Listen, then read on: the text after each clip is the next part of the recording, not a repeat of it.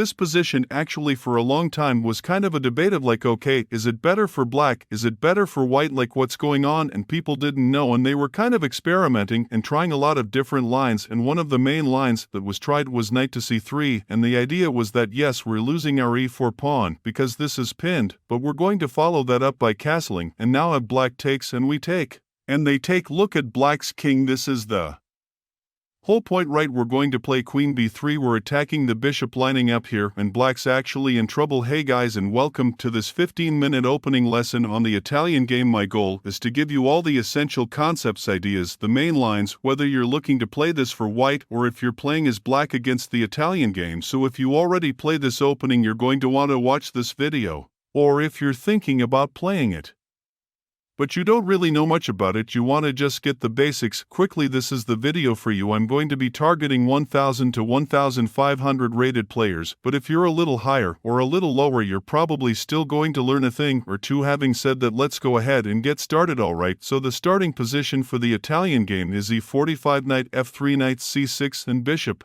to c4. White immediately puts the bishop on this diagonal, attacking the weak f7 square, and there's actually two main ways that the game can go depending on black's response. So the primary responses for black or knight to f6 and bishop to c5. Now the thing about knight to f6 is it allows this move knight to g5, which leads to some very interesting things. So in my opinion, the two knights defense is the more, you might say, exciting aggressive approach from black because it allows this. And we're going to talk about that in just a second. Bishop c5.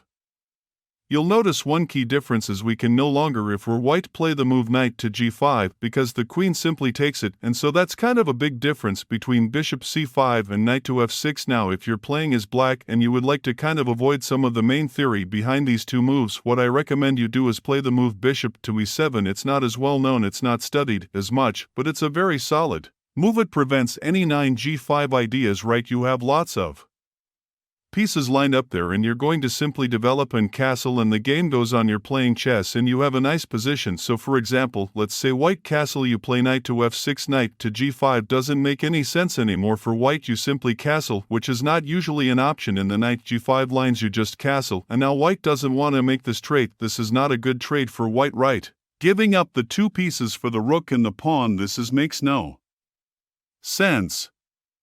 So black is totally fine. So if you were looking to avoid some of the main lines, consider looking into the bishop e7 move. Alright, so let's actually go ahead and start with knight to f6. So this is, like I mentioned, the two knights defense. Now personally, when I'm playing as black against the Italian game, I like to play knight to f6. I think we get some very interesting positions, and I like the two knights defense. Now there's two primary ways that white will approach this option. Number one, I've already touched on knight to g5 is the more aggressive approach. White saying, okay, you're gonna let me, I'm gonna go for it, I'm gonna attack the f7 pawn, and my threat is to simply take here and fork your pieces, or even take what the bishop and put you in check, both of which look pretty scary for black, and we don't have an easy way to defend that. And so the main line here is d5, blocking off the bishop. Now this is where we could enter into what is known as the fried liver attack. So if white captures and if black recaptures with the knight, now white can sacrifice the knight on f7, and the whole point here is that you've got a fork, so black has to take you, and then you play queen to f3, again forking these pieces. And so the only way black defends the knight is by playing the move king to e6, and yes, temporarily black is ahead of piece, but white has a lot of pressure here. The knight can come out and keep attacking. You're gonna castle d4, rook e1, very dangerous position. Not for the faint of hearted. Now you can play it. Actually have a video on the channel where I talk about some of these lines. It's playable for black if you know what you're doing, but you have to make sure you know what you're getting into, and for most beginners I wouldn't recommend going down that route. So after you play d5, white captures. If you are trying to avoid the fried liver, what I recommend is the move knight to f5, so you don't take it back, you don't allow that sacrifice.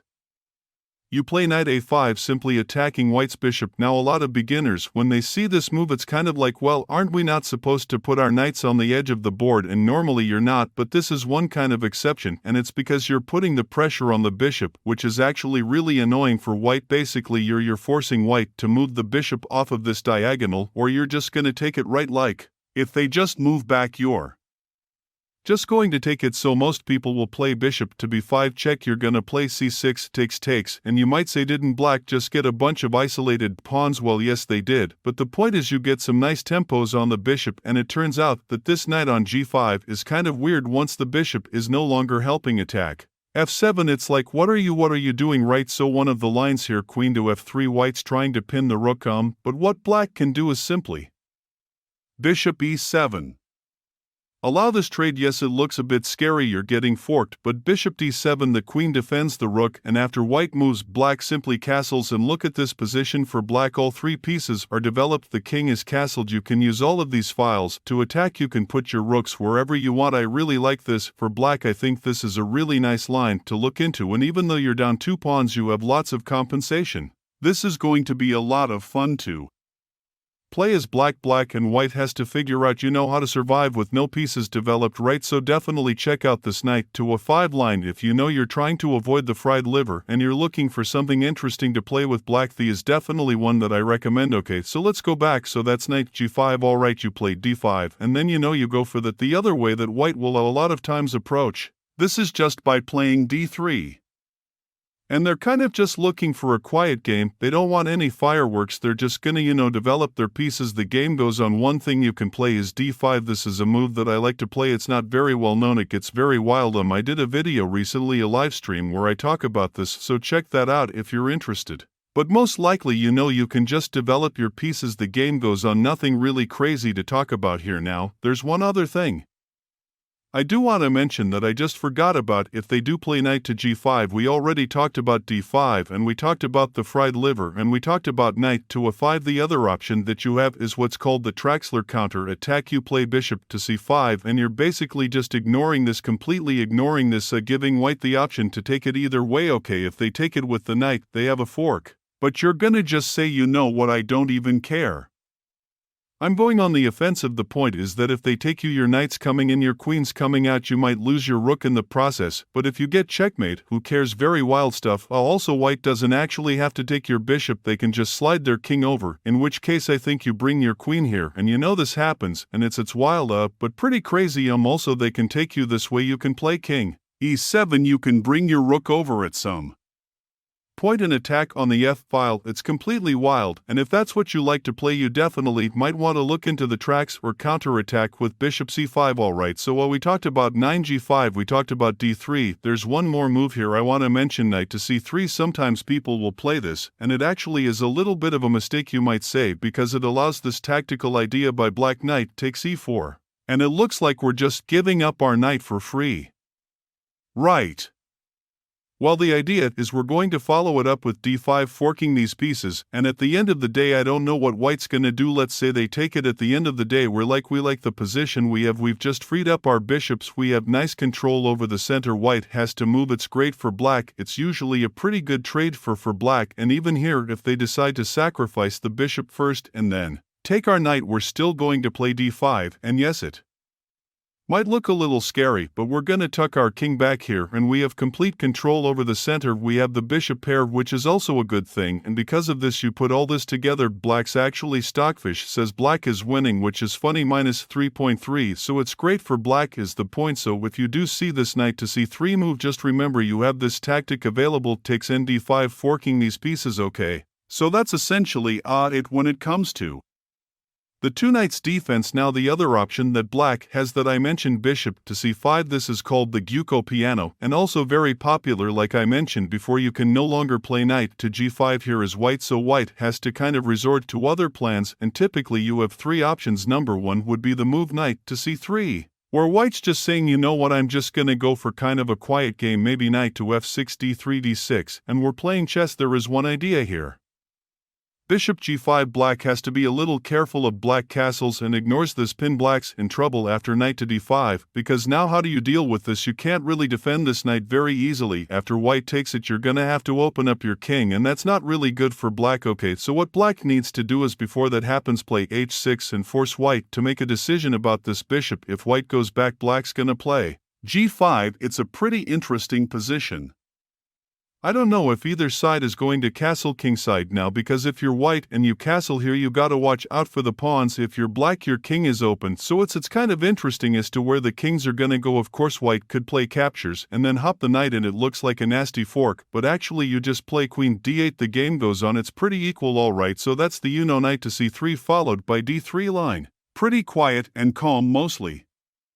You're just playing chess. Then we have the move before this is called the Evans Gambit. The point is white gives up the pawn, black can take it either way, and the main idea is that you're gonna play c3 with the tempo on the bishop followed by a quick d4 and get control of that center. You don't really care that you lost a pawn because you're going for the initiative, you're going to open lines and files, and you're trying to attack. I'm going to talk a little bit more about this at the end of the video, so we'll come back to that, but just keep this in mind, the Evans Gambit. Alright, and then the third, and this is really the main line against the bishop c5 move, is c3. White saying, okay, I really want to play d4 and get two pawns in the center. I couldn't do it because I only have two pieces defending black, his three pieces stopping me, so I need an extra piece. That's where c3 comes in, getting ready to play d4. Now usually black will play knight to f6 and attack this e4 pawn, and white has two options. You can just defend it up and you get again kind of a quiet game. The game goes on, you're gonna castle in at some point in the future. Maybe you'll play d4 or you follow through with your plan and you play d4. Now here's where it gets pretty interesting. Usually black takes, we take back, and then there's bishop to b4 check. Now on bishop to b4 check we have to decide how are we blocking this check, and this position actually for a long time was kind of a debate of like, okay, is it better for black, is it better for white, like what's going on, and people didn't know, and they were kind of experimenting and trying a lot of different lines, and one of the main lines that was tried was knight to c3, and the idea was that yes, we're losing our e4 pawn because this is pinned, but we're going to follow that up by castling, and now I have black takes and we take. And they take, look at black's king, this is the whole point, right? We're going to play queen b3, we're attacking the bishop lining up here, and black's actually in trouble. For example, if they try to get greedy and take the rook, you take here with check, you bring the bishop to g5. Sorry, the queen is actually trapped, so after knight to e7 you play rook to e1. Black has no way to stop this threat. They're losing their queen, they're losing their knight, their king's in trouble, and white's basically just winning, so there is lots of chances for white to get into a really nice position after this line. So players with the black pieces said, you know what, we don't have to take it with the knight, we can take it with the bishop, and now when white recaptures we'll play the move d5, we shut down the bishop, we control this knight which now blocks the e-file, and we're much safer, and this is a much more solid position for black. And it was so then the players on the white side decided, you know what, instead of taking back here, why don't we play d5 first to stop black?